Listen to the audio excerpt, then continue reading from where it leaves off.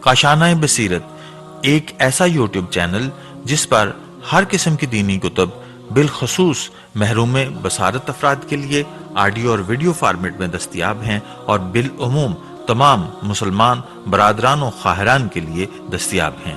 اس لیے آپ سے گزارش ہے کہ بیل آئیکن کو پریس کر کے ہمارے اس چینل کو ضرور سبسکرائب کیجیے تاکہ آئندہ آنے والی ہر کتاب آپ کو بر وقت ملتی رہے۔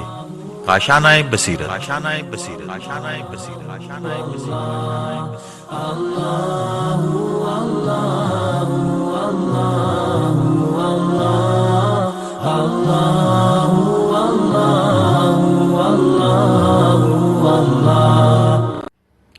اعوذ باللہ من الشیطان الرجیم، بسم اللہ الرحمن الرحیم۔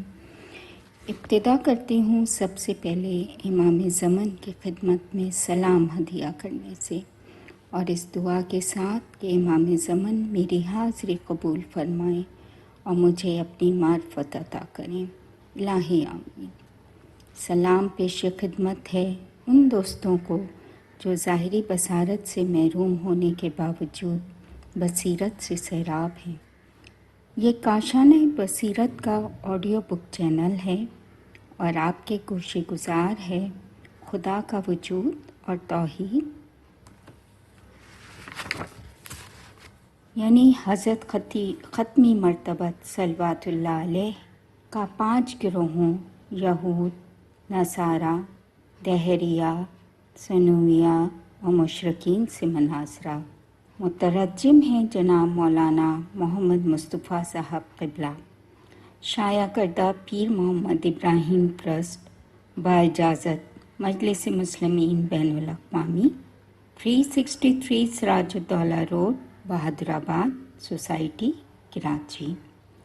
دوسری بار یہ شائع ہوا ہے 1967 میں۔ عرض ناشر، ایک بابصیرت انسان کے لیے اسلام کے اوامر و نواہی اور مسلمان کا فعل و کردار اور رسم و رواج 2 مختلف چیزیں رہی ہیں، برخلاف اس کے کہ کور باطن و بے بصیرت حضرات اور اسلام دشمن عناصر نے عوام الناس کے سامنے ہمیشہ بے معرفت مسلمان کے فعل اور اسلام کے احکامات کو بالکل ایک کر کے پیش کیا ہے۔ کوتا بین مغربی مستشرقین یا مغرب زدہ ناحق شناس مسلمانوں نے اسلام تلوار کے زور سے پھیلایا ہے کا نعرہ لگا لگا کے اب تک عوام کو اسلام سے نابلد و ناآشنا رکھا ہے، مگر اب شعور انسانی بہت بیدار ہو چکا ہے، چنانچہ انسان مذہبی تعصب اور نسلی امتیاز اور قومی بیجا طرفداری سے کنارہ کش ہو کے میدان تحقیق میں نکل آیا ہے۔ بس اب وہ اسلام کے عقائد و اعمال کو عقل سے سمجھنے اور دیدہ و دل کی روشنی میں دیکھنے کا متمنی ہے۔ ایسی فضا میں ہم سرور کائنات صلی اللہ علیہ وآلہ وسلم کا ایک مناظرہ ہدیہ ناظرین کرتے ہیں۔ امید ہے کہ ناظرین پڑھتے وقت یہ بھی لحاظ رکھیں گے کہ آج بھی یہ براہین و دلائل بے حد عدیل و بے مثال ہیں۔ پھر جن لوگوں نے رسول کو کسی اور اہل کتاب سے تحصیل علم کرنے کا الزام دیا ہے، وہ جواب میں ایسا ہی کوئی مباحثہ یا مناظرہ لائیں، اس فرد کو پیش کریں جس سے رسول اسلام نے کسب علوم کیا ہو، یقیناً وہ اس سے قاصر ہیں اور رہیں گے۔ رسول کا معلم مدرس نہ کوئی انسان ہے، نہ کوئی جن، نہ کوئی ملک، بلکہ حضرت کا معلم تو خود خداوند عالم ہے، جیسا کہ وہ ارشاد فرماتا ہے سورہ نساء میں کہ اور اللہ نے تم پر کتاب اور حکمت نازل کی، تم کو وہ سب کچھ تسلیم کر دیا جو تم نہیں جانتے تھے، اور اس پس ایسی ندرت لی ہوئی کوئی چیز یہ لوگ کیا پیش کریں گے، بلکہ مجلس مسلمین ہی کی طرف سے انشاءاللہ اس بات وجود باری تعالیٰ اور اس کی صفات کی توضیح میں پیغمبر کے ہر نائب کے اقوال و مناظرے اور مباحثے وقتاً فوقتاً پیش کیے جاتے رہیں گے۔ لہٰذا جس طرح ہم اپنا ایمانی فریضہ سمجھ کر اس لاجواب علمی بحرگاہ پر منظر عام پہ لا رہے ہیں، ٹھیک اسی طرح ہم سمجھتے ہیں کہ اپنے حلقہ احباب میں اس کی مزید نشر و اشاعت ہر برادر اسلامی و ایمانی کا فریضہ دینی ہے۔ وما علینا الا البلاغ۔ احقر سید فرزند رضا، چیف آرگنائزر مجلس مسلمین۔ تمہید۔ بسم اللہ الرحمن الرحیم۔ الحمد للہ وکفی وسلام علی عبادہ الذین اصطفیٰ۔ لما بعد، فیاض مطلق کی طرف سے نوح انسانی کو وجود کے بعد جو سب سے بڑی نعمت عطا ہوئی ہے وہ عقل ہے، جس کے ذریعے ہر انسان خیر و شر، صحیح و غلط، مفید و غیر مفید، کامل و ناقص اور کل و جز وغیرہ کے فرق کو سمجھتا اور ایک کو دوسرے سے تمیز دیتا ہے۔ پھر حالت تمیز میں استدلال جانب مائل ہونا اور وہ طریقہ اختیار کرتا ہے جس کی مدد سے ہر دو متضاد اور متناقض چیزیں ہوں، بعد میں فرق نہ کرنے والوں کو ان کی غلطی پہ مطلع کر سکے۔ ان فرق نہ کرنے والوں کی چند قسمیں ہیں۔ نمبر 1، وہ جو فرق کی طرف التفات ہی نہیں ہیں۔ نمبر 2، وہ جو ملتفت تو ہیں مگر ماحول کے اثر سے غلطی پہ آ پڑے ہیں، لیکن ان میں امر واقع اور حقیقت کو سمجھنے کی صلاحیت باقی ہے۔ نمبر 3، وہ ہیں جو التفات اور قبول حق کی صلاحیت کے باوجود غلطی پر مصر ہیں، لیکن وہ احقاق حق کی بے پناہ قوت کے سامنے آ جانے پہ اپنے اصرار سے باز آ سکتے ہیں۔ نمبر 4، وہ ہیں جو احقاق حق کے باوجود اپنے اصرار سے باز نہیں آتے، یا تو اس لیے کہ اپنی غلطی کا اعتراف کرنے کے مقابل تعصب کا قبضہ ہے، یا اپنی سابق بے راہ روی کی شرم ضد راہ ہے، یا مادی لذات کی کشش مانے ہیں۔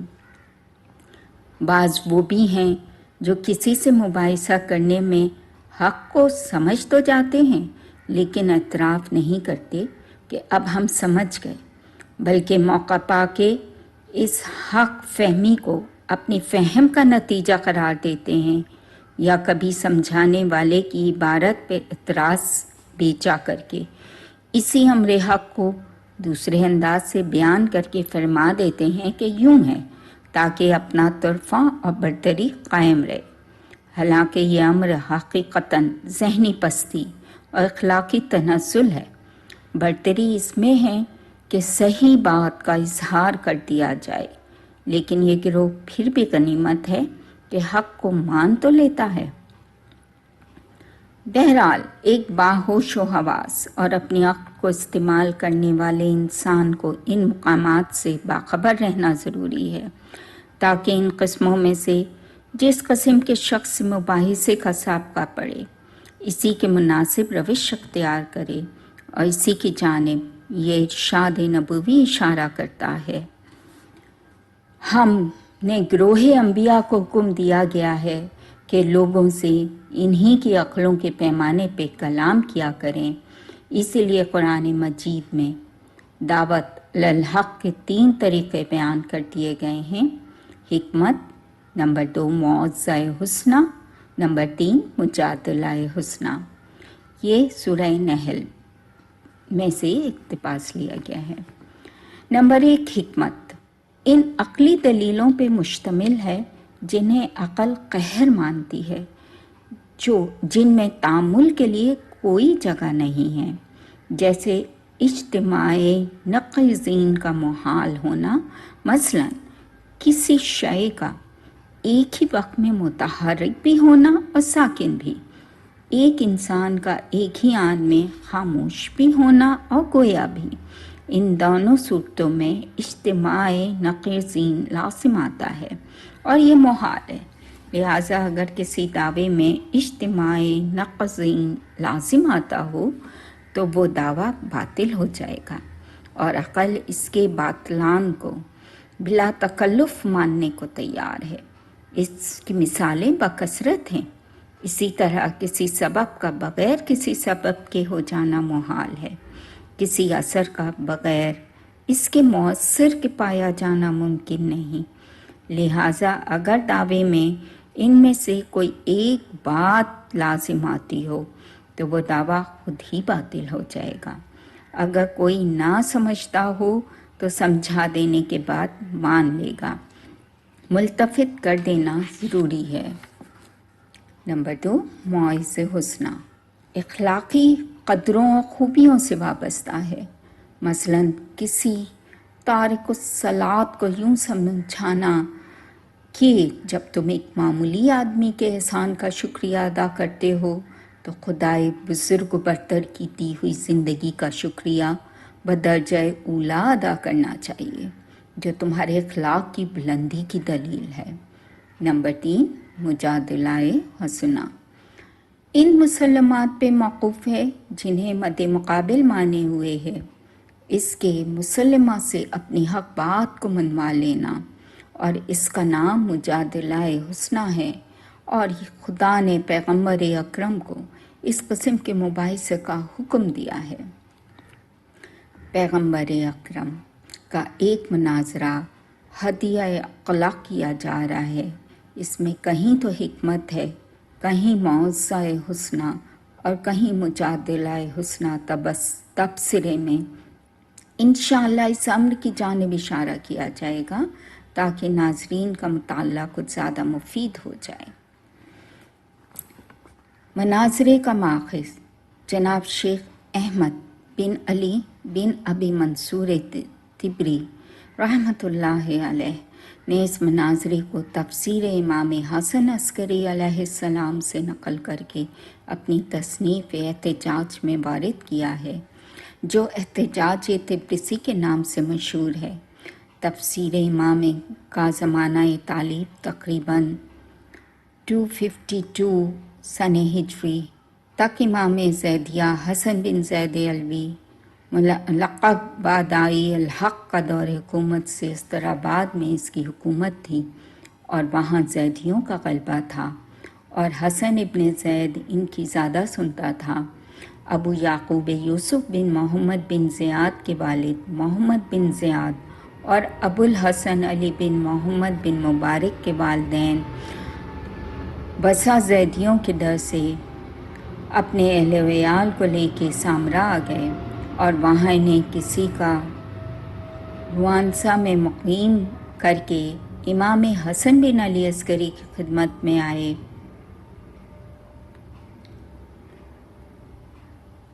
اور استراباد کے حالات بیان کیے۔ امام نے فرمایا، ان قریب تم لوگ اس بلا سے نجات پاؤ گے۔ ابو یعقوب اور ابو الحسن کہتے ہیں کہ ہمارے والد استراباد واپس گئے، اور 10 دن کے بعد ان کی تحریریں آئیں کہ داعی الحق حسن بن زید نے مراتب کی اور ان لوگوں سے بہت و صلح و اکرام کے ساتھ پیش آیا، اور پھر یہ دونوں ابو یعقوب و ابو حسن 7 برس تک امام کی خدمت میں رہے، اور امام نے ان کے والدین سے ان کو علم سے بہرہ مند فرمانے کا جو وعدہ فرمایا تھا اسے پورا کیا۔ چنانچہ قرآن و اہل قرآن کے فضائل بیان فرمائے اور لکھوائے۔ اس کے بعد سورہ فاتحہ پھر سورہ بقرہ کی تفسیر لکھوائی۔ 7 برس کی مدت بتاتی ہے کہ حضرت نے سارے قرآن کی تفسیر لکھوا دی ہوگی، لیکن آج دنیا میں صرف 2.5 پارے کی تفسیر موجود ہے، اس کی اصل عربی بھی، اس کے ترجمے فارسی اور اردو بھی۔ محمد مصطفیٰ جوہر عفیانہ مناظرہ امام حسن عسکری اپنی تفسیر میں امام جعفر صادق کا ایک طویل مکالمہ ذکر کرتے ہوئے فرماتے ہیں کہ دوران گفتگو میں ایک شخص اٹھ کھڑا ہوا اور اس نے پوچھا، فرزند رسول، کیا پیغمبر اکرم نے بھی مجادلہ کیا ہے؟ مجادلہ ہی پر گفتگو تھی۔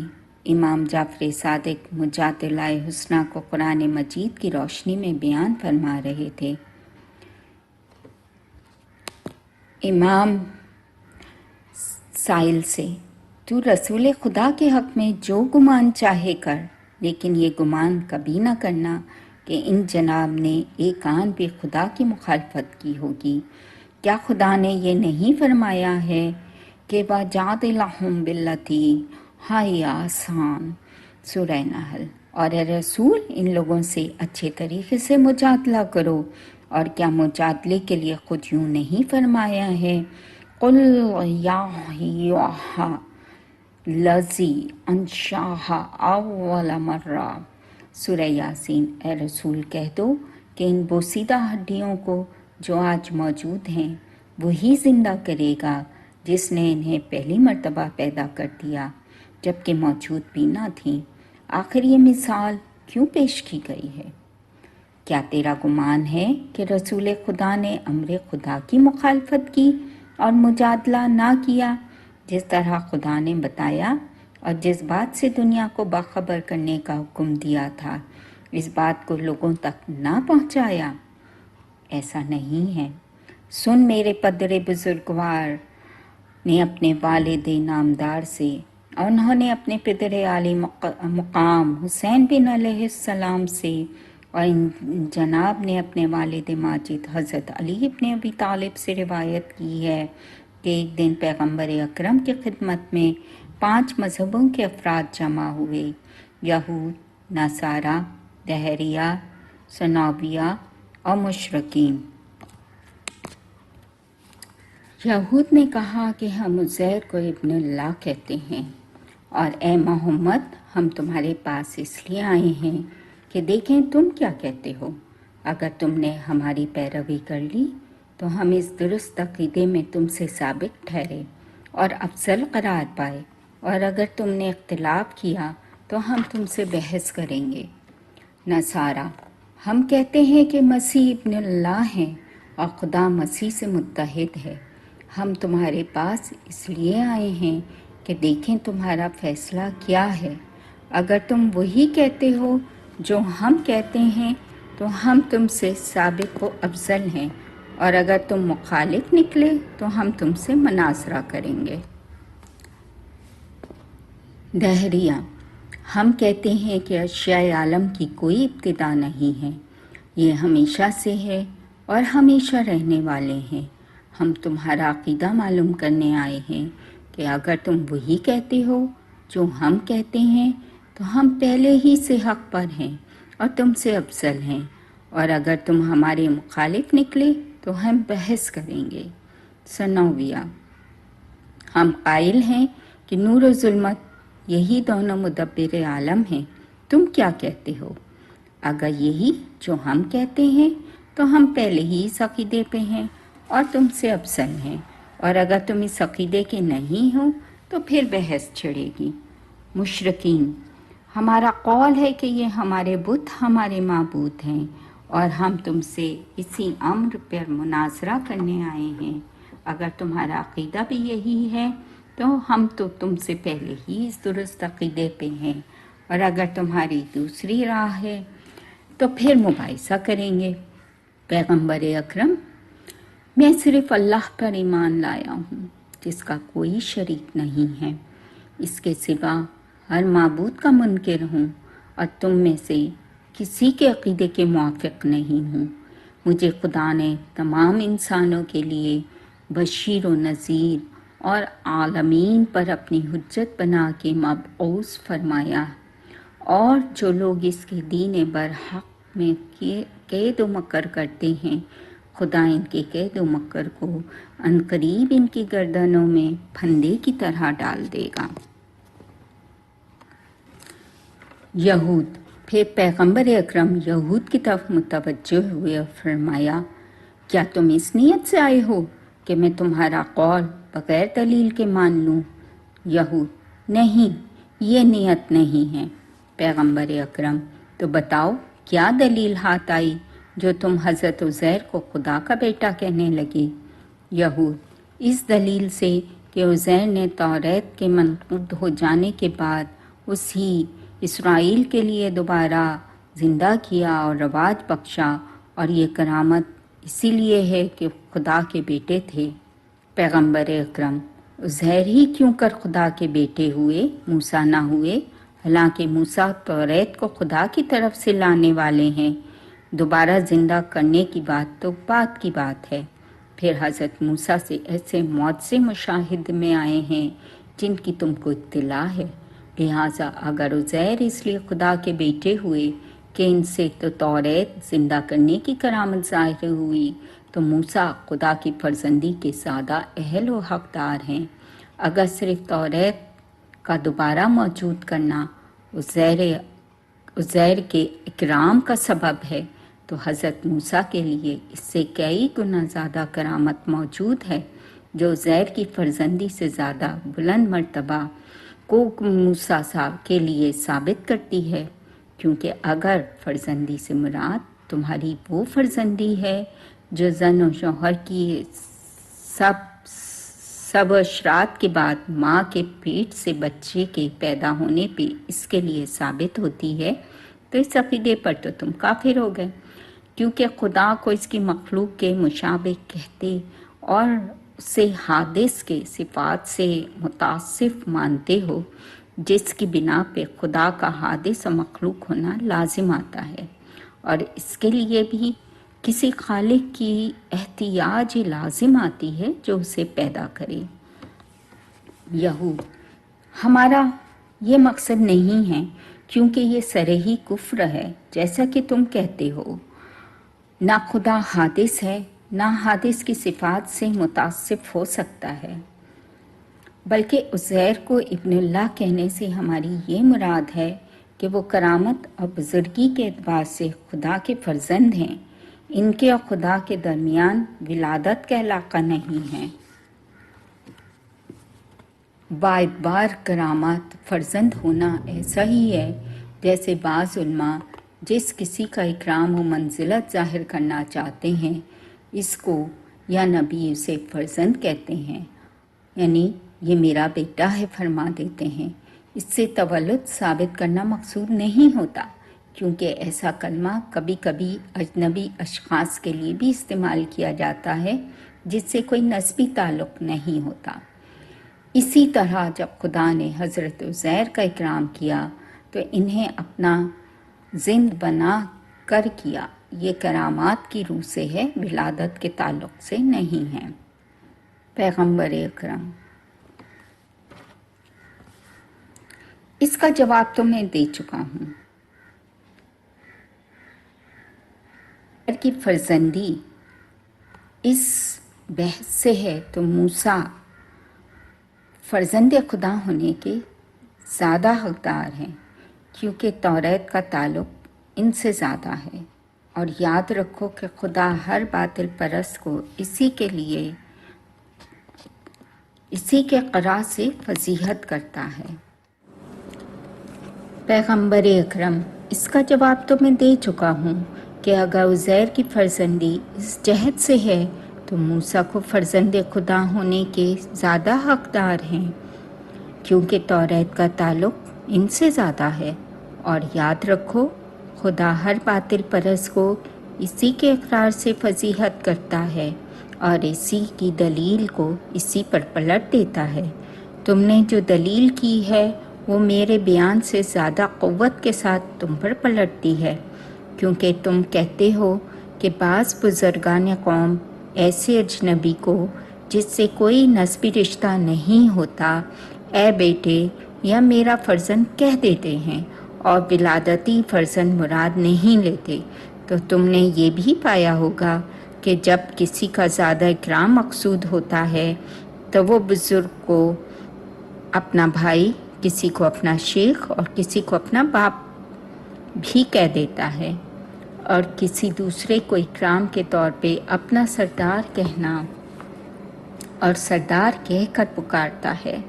تو پھر کیا اس قاعدے پر تمہارے نزدیک جائز ہے کہ حضرت موسیٰ اور برادر خدا بزرگ خدا یا سردار خدا ہو جائیں؟ کیونکہ خدا نے انہیں عزیر سے زیادہ کرامت بخشی ہے، کیا اسے تم مانو گے؟ کیونکہ یہ مسلم ہے کہ عزیر سے موسیٰ کی بزرگی زیادہ ہے۔ یہ سن کے یہود مبہوت ہو گئے، حیرت میں پڑ گئے اور کہنے لگے، اے محمد، ہمیں مہلت دو کہ تمہارے اس استدلال پر غور کریں۔ پیغمبر اکرام نے کہا، مہلت دی، لیکن انصاف پسند دلوں سے غور کرو تاکہ خدا تمہاری ہدایت فرمائے۔ اس مناظرے پہ ایک نظر۔ یہ دو حسب ذیل باتوں کے قائل تھے۔ پہلا نمبر حضرت موسیٰ صاحب شریعت تھے، نمبر 2 حضرت عزیر حضرت موسیٰ ہی کی شریعت پہ تھے، نمبر 3 حضرت موسیٰ کے بعد لوگوں نے توریت کو بھلا دیا تھا، حضرت عزیر نے اسے دوبارہ زندہ کیے اور اس کے احکام نافذ فرمائے، نمبر 4 اس کرامت کے سبب حضرت عزیر ابن اللہ کہے گئے۔ پیغمبر اکرم نے یہودیوں سے یہ منوا لیا کہ حضرت عزیر بذریعہ تولد تناسل خدا کے بیٹے نہیں ہیں، اور یہ کہلوا لیا کہ ایسا عقیدہ کفر ہے۔ اس کے بعد ابن اللہ کے معنی مجازی پر بحث کی اور بطور مجاز یا بعد بزرگی و کرامت حضرت عزیر اور حضرت عزیر کو ابن اللہ کہنے کا سبب پوچھا۔ یہود نے احیائے توریت کی کرامت پیش کی۔ پیغمبر اکرم نے حضرت موسیٰ کے صاحب شریعت اور منزل توریت ہونے کی کرامت سے تقابل پیش کیا، فرمایا جو اول توریت کو لایا زیادہ صاحب کرامت ہے، لہٰذا موسیٰ افضل ہیں اور ابن اللہ کہے جانے کے زیادہ حقدار ہیں، کیونکہ توریت کا تعلق ہی موجب کرامت ہے۔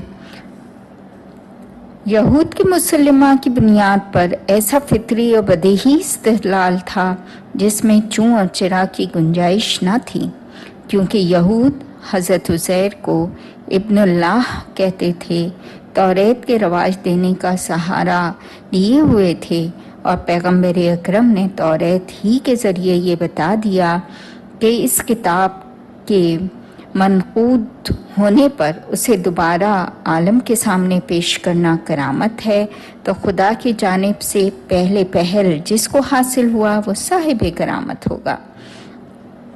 علاوہ بری اس کرامت کے علاوہ معجزات کی اور بھی ایسی کرامتیں ہیں جو حضرت موسیٰ کو عطا ہوئیں، اور مزید برآں جناب عزیر کو خدا نے ان کرامتوں کو معجل قرار نہ دیا، لہٰذا حضرت موسیٰ حضرت عزیر سے بڑھ گئے اور بڑھ جانے کی پر نسبت کبھی بلند ہو جائے گی، لہٰذا حضرت عزیر ابن اللہ ہوں تو حضرت موسیٰ رشتے میں کچھ اور ہی اونچے ہو جائیں گے، جیسا کہ حضرت نے فرما دیا۔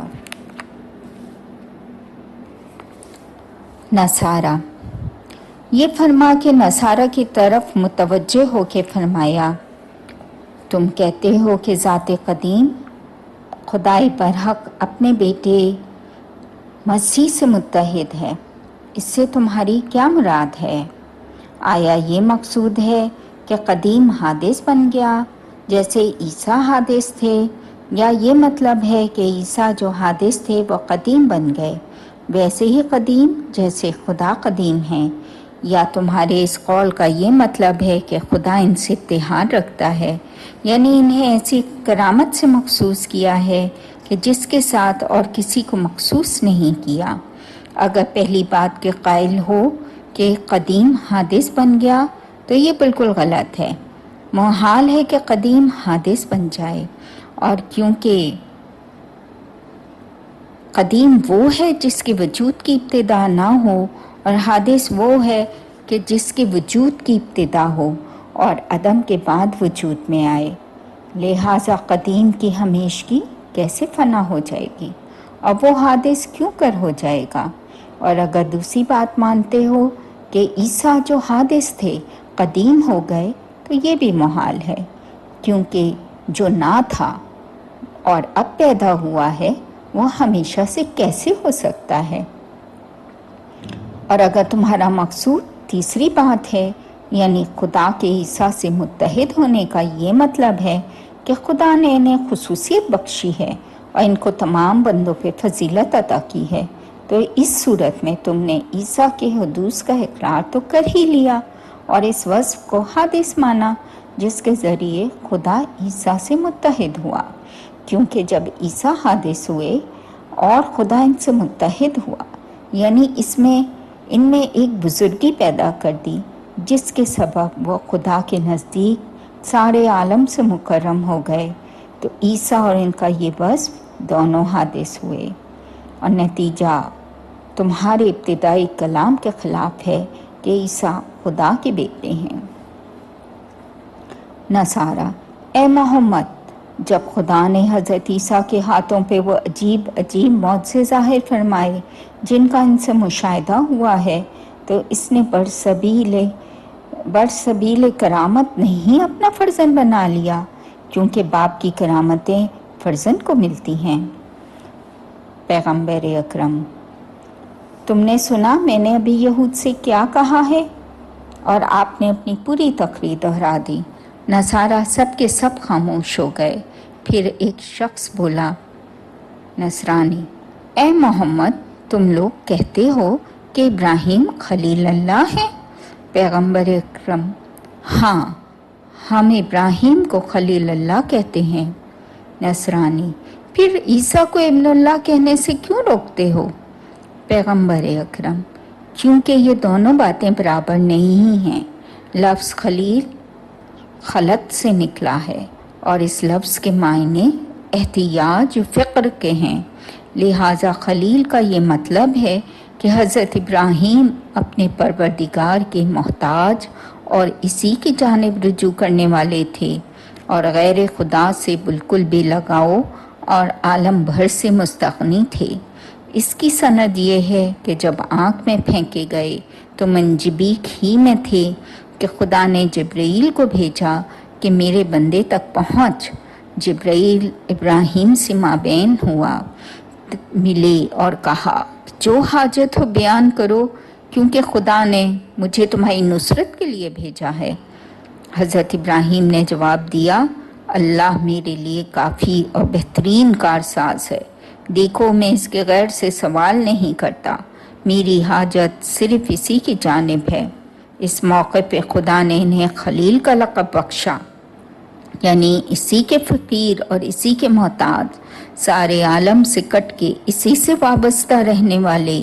اور اگر لفظ خلیل کو خلت سے لیا جائے جس میں خلل گنجائش کا مفہوم پیدا ہوتا ہے، تو اس کے یہ معنی ہوتے ہیں کہ ابراہیم خدا کی معرفت میں تر آئے اور اس کے ایسے اسرار سے واقف ہو گئے کہ جن پر کوئی دوسرا مطلع نہ ہوا، لہٰذا خلیل کے معنی ہیں خدا کا عارف اور اس کے امور سے باخبر، اور یہ معنی خدا کو اس کی مخلوق سے مشابہ نہیں ٹھہراتا۔ تم جانتے ہو کہ اگر ابراہیم خدا کی جانب متوجہ نہ ہوں تو اس کے خلیل نہ بنیں گے، اور اس کے اسرار سے واقف نہ ہوئے تو خلیل نہ ہو سکیں گے۔ در حقیقت یہ ابراہیم کا وصف ہے، نہ کہ خدا کا۔ نہ ابراہیم کے خلیل ہونے سے خدا کے کسی وصف میں اضافہ ہوگا، نہ ترک خلط سے کمی واقعہ ہوگی، لہٰذا یہ نسبت کٹ سکتی ہے۔ اور تم یہ بھی جانتے ہو کہ اگر کوئی باپ اپنے سلبی بیٹے کی توہین کرے، اسے گھر سے نکال دے، اپنے پاس سے دور کر دے، تو جب بھی بیٹا اپنے باپ کی فرزندی سے جدا نہ ہوگا، بدستور اس کا بیٹا ہی کہلائے گا، کیونکہ ولادت کا وصف باپ کی ذات میں موجود ہے۔ لیکن یہاں ایسا نہیں ہے۔ اگر ابراہیم کو ترک خلط کر دیں تو وہ وصف خدا میں باقی رہے گا، یہ بے معنی بات ہے۔ علاوہ بری اگر تم نے واجب کر لیا کہ جس طرح ابراہیم خلیل اللہ تھے اسی طرح عیسیٰ ابن اللہ ہیں، تو پھر یہ بھی کہو کہ ابراہیم و موسیٰ بھی ابن اللہ ہیں، کیونکہ جو معجزے ان دونوں پیغمبروں سے ظاہر ہوئے وہ اس کرامات کے بغیر نہیں ہو سکتے جو عیسیٰ کو حاصل تھی، لہٰذا موسیٰ کو بھی ابن اللہ کہو۔ تمہارے اس معنی پر یہ بھی جائز ہے کہ عیسیٰ خدا کے شیخ بھی ٹھہریں، اس کے سید بھی، ام بھی رئیس بھی، جیسا کہ میں نے یہودیوں سے کہا ہے۔ یہ سن کے بعض نے بعض سے کہا کہ آسمانی کتابوں میں یہ بھی ہے کہ عیسیٰ نے فرمایا تھا کہ میں اپنے باپ دادا کی طرف جا رہا ہوں۔ پیغمبر اکرم نے سن کے فرمایا، اگر تم اس کتاب پہ عمل کرتے ہو تو یاد رہے کہ اس میں یہ عبارت ہے کہ میں اپنے اور تمہارے باپ کی طرف جا رہا ہوں، لہٰذا مانو کہ جن لوگوں سے عیسیٰ نے خطاب کیا تھا وہ سب فرزندان خدا ہیں، اس معنی سے جس معنی سے تم عیسیٰ کو ابن اللہ کہتے ہو۔